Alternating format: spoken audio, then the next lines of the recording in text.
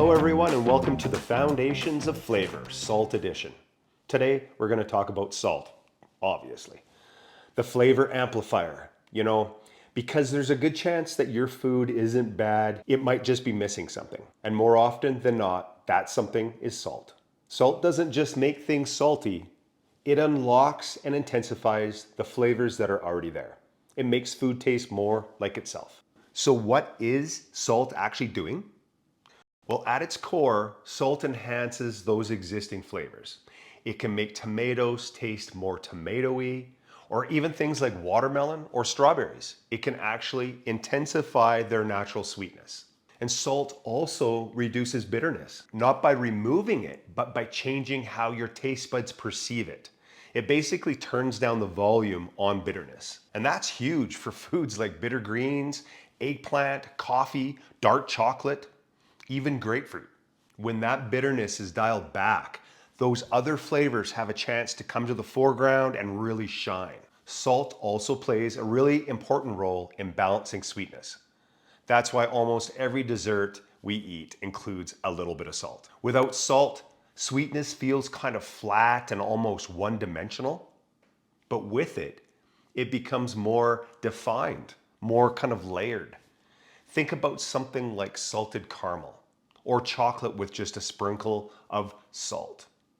It's the same idea. That little bit of salt really elevates even something as simple as a fresh mango. Salt or something with salt in it, and suddenly everything pops.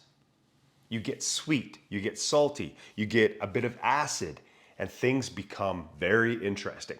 Perfect opportunity for us to see the difference. I have some fresh mango here with our tahini seasoning, which is basically sea salt, dried chilies, and lime. And I also have the pit, because that's what you get as the preparer of the food, is the pit. So I'm going to try it without, and then I'm going to try it with.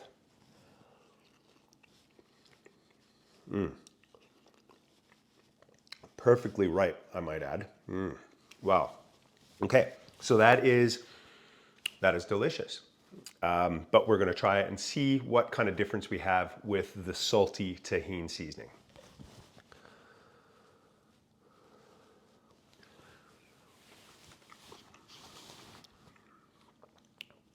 Wow. Oh my gosh. I've had this many times before, but first of all, I didn't try it like that first.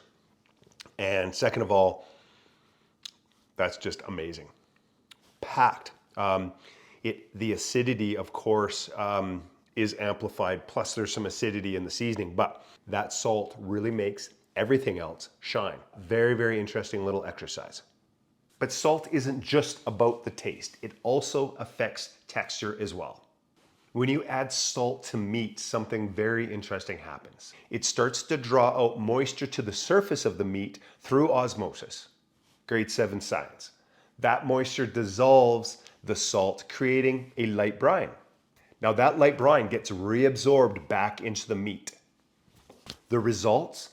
Better seasoning all the way through, not just on the surface, and a drier exterior, which in turn helps get you a nice browning in the pan. Salt can also slightly break down proteins, which helps tenderize the meat and improve the texture. So instead of dry, unevenly seasoned chicken, you get something juicy, balanced, and consistent. And that same idea applies to vegetables as well. Salt pulls out the excess water from things like cucumbers, zucchinis, eggplants, mushrooms, and the list goes on. And that can improve texture and concentrate flavors all at the same time. I think one of the best examples at how salt can improve the texture and flavor of a meat is with a boneless, skinless chicken breast. We can improve the characteristics of our chicken breast greatly by brining them in a salt brine. Now let's talk about how brining our chicken breast is going to benefit them. The process of brining is going to do the old osmosis thing, which in the end, it'll draw out moisture of the chicken breast. It will mix with the saline solution, and some of that will get drawn back into the chicken. This is A, going to season it all the way through. B, it's going to alter some of the proteins in it, which will give us a better texture in the end. The next thing that will happen is the exterior will give us a much nicer browning on the surface. To 1 liter of cool water, I'm going to add approximately a 1/4 cup of Diamond Crystal kosher salt. So about a 1/4 cup. Now, this is an opportunity, of course, to add flavor if you want.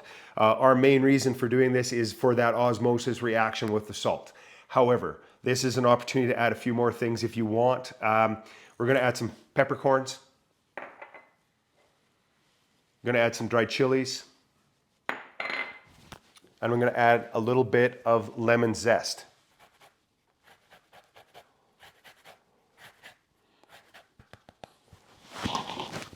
Okay, so the next thing that we're going to do is just give this a stir until the salt is dissolved. Our salt has dissolved, and now we can get our chicken breast into there. I'm going to cover it, and we're going to put it in the refrigerator for about 2 hours.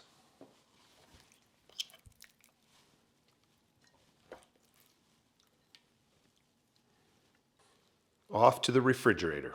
Our chicken breasts have had about 2 hours of brining time.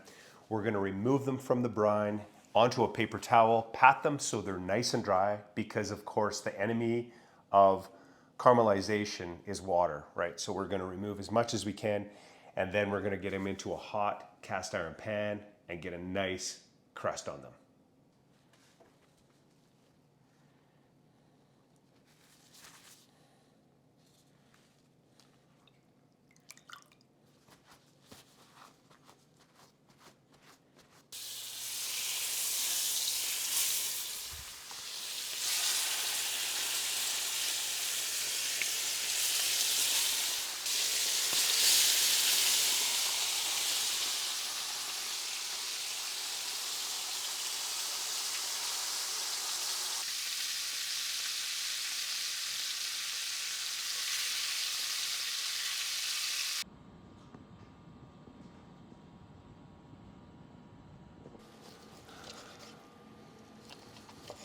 Wow, so juicy. Check that out. Okay, so it appears as though brining your chicken breast really will improve their flavor and juiciness. Our chicken is amazingly juicy and just so flavorful, seasoned all the way through, if you can imagine it. It worked. And one of the most important things to understand with salt is the timing. Salting early allows for flavor penetration deeper into the food. Salting at the end gives you that final pop, that contrast right before you serve your food. Both of these matter, and learning when to use each is where things start to get really interesting. So salt isn't just a seasoning, it's one of the most powerful tools you have in the kitchen. And once you start to understand how to use it, everything else you cook will get better. If you enjoyed this video and would like to learn more about the foundations of flavor, kindly hit the subscribe button.